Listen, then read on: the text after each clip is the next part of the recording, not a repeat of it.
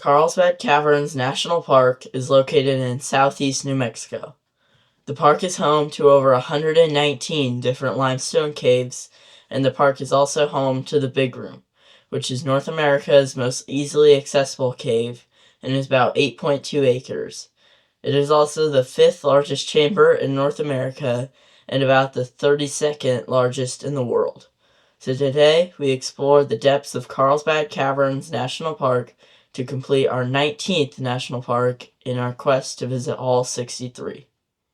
What's up, everybody? Welcome back to the channel, and we're here in Carlsbad, New Mexico right now. We just drove yesterday about 3 hours down here from Elmore Gordo, and last video we did the Lincoln National Forest, and then the video before that we did White Sands National Park. But now today we're going to go to our 20th national park. We will have done Carlsbad Caverns National Park. Yeah, I'm super excited for this one. So we're going to drive up there, and then I'll talk a little bit more about what we're going to do in the park after that. We just got up here to the top of the road here to the visitor center. Pretty cool view. You can kind of see all the way out in that valley. But we got the 9:30 tour slot. They kind of run like 9:30, 10:30, 11:30, like that. I think our plan is to go down the natural entrance and then do the loop around the Big Room, and then we're going to take the 700-foot elevator back up. We're going to go to the visitor center, and then we'll start our hike down through the cave. The visitor center had many great exhibits and ways that you can learn about the history of the cave. And you also need to go into the visitor center to check in for your cave tour. You should definitely leave some time to both check in for your tour, as the lines can sometimes be long, and also to walk around the visitor center, as it is super cool. But it was then time to head down towards the cave, where a ranger would talk to us a little bit about the rules of the cave and what you can see and do. We got the 9:30 to 10:30 a.m. time slot, which means you can show up anytime in that 1 hour window. I would highly recommend getting your reservation ahead of time on recreation.gov, as the tickets do sometimes sell out. But now we start the hike 750 feet down through the natural entrance of the cave.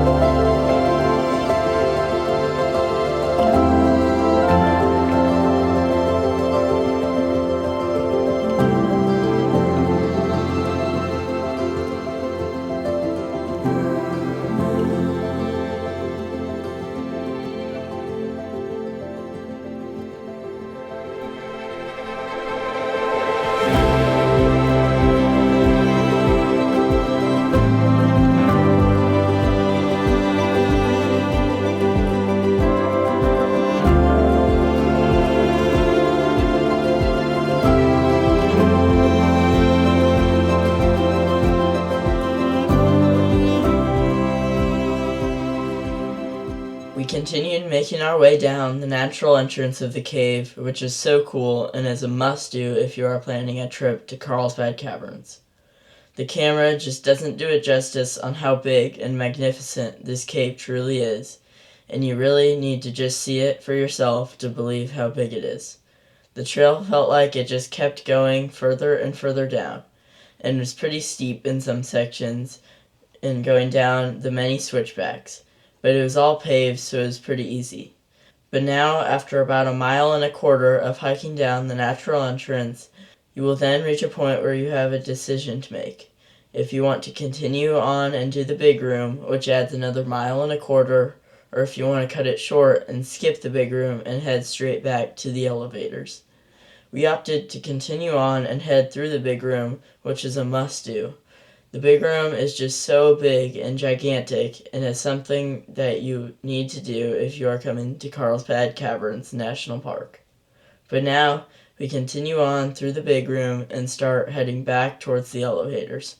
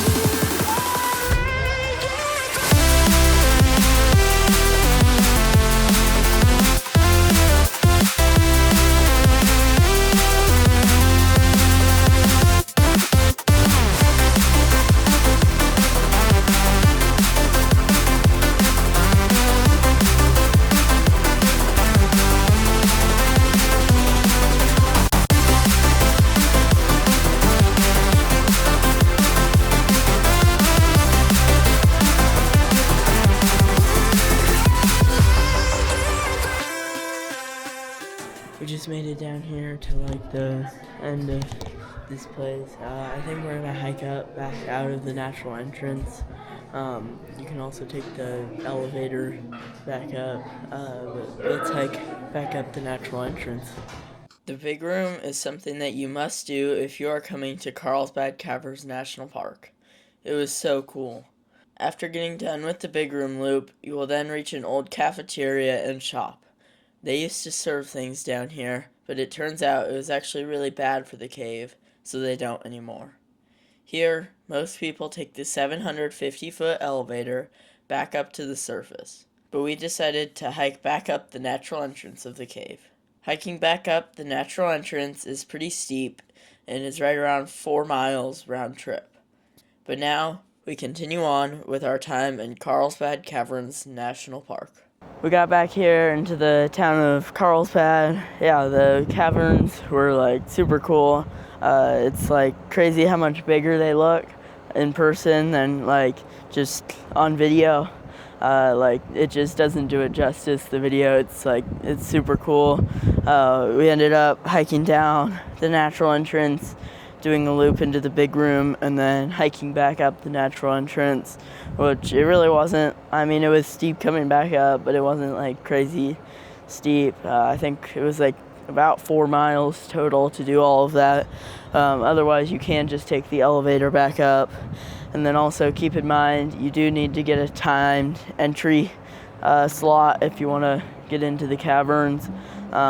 We got like the 9:30 to 10:30 slot, so you just show up in that time frame, or they kind of run like every hour like that until like 2 p.m. So yeah, but now we just had kind of the afternoon to chill out here in Carlsbad, and now we're gonna drive back up into the park and we're gonna go watch the bats fly out and stuff. Right now they don't, like, since it's not the summer, they don't, like, there's not as many of them that fly out. Typically in the summer there'll be like 100,000 of them that fly out. But yeah, now I don't think it's as many. They're supposed to fly out around 6:45 tonight, so we're gonna head up there and go watch the bats fly out. We just drove up here to the visitor center, but we have like about half an hour before the bats are supposed to fly out. So we're gonna do this like nature trail. It kind of just goes through the desert here, and then we'll watch the bats. This short nature trail was a great quick hike if you are looking for another thing to do in Carlsbad Caverns National Park. The hike was all paved and flat and offers great views of the surrounding area. But now we head down to the natural entrance of the cave to watch the bat flight. Alright, we made it a little ways out on this trail, but it's getting close to the time the bats are supposed to fly out. Pretty cool trail, there's some pretty cool views. So yeah, we're gonna go catch the bat flight. Right, it's the next morning now, and yeah, we got back from Carlsbad Caverns kind of late last night. Yeah, the bat flight thing was really cool. I'd highly recommend it. We weren't able to film during any of it, and I was really thinking like it was gonna be like they were gonna fly out for like 30 seconds, but they really ended up flying out for like 10 minutes. There were like a bunch of them that flew out, which was really cool. Highly recommend it. And it wasn't just like you go watch the bats fly out. There were like other things like the ranger talked a lot about like bats and the history of the cavern and stuff. But now today we have kind of a free day here in Carlsbad, so I think we're gonna drive up about an hour. It's like over that way to like the other section of the Lincoln National Forest, and we're gonna go to this like waterfall hike. It's called Sitting Bull Falls. Yeah, I'm pretty excited for it. If you haven't watched the other video yet of where we kind of explored the other area of the Lincoln National Forest by Cloudcroft, New Mexico, now we're gonna head down to the other area. There's like several different districts of the Lincoln National Forest. So we're gonna drive about an hour up there, and then we'll go do that waterfall hike. The bat flight was so cool to see, and would definitely recommend doing it if you are planning a visit to Carlsbad Caverns National Park. It wasn't just going to watch the bat flight, as a ranger talked a lot about the history of the cave and how the bat cycles work. Something to note is that you are not able to film during the bat flight, as it can disturb the bats and can also make the bats not want to come back to the cave next year. These bats are the Brazilian free-tailed bats, and they typically migrate about 10 to 25 miles per night. During the time we were visiting, in late March, the bats were using the caverns as a migrating stop in the wintertime. And in the summer months, they focus on raising and giving birth to their young. One fact that I thought was really interesting is every night, on average, one colony of bats will consume about 4,000 to 6,000 pounds of bugs each night. The bat flight was so cool and something you must do if you are coming to Carlsbad Caverns National Park. But now we head to the Lincoln National Forest to do the Sitting Bull Falls hike.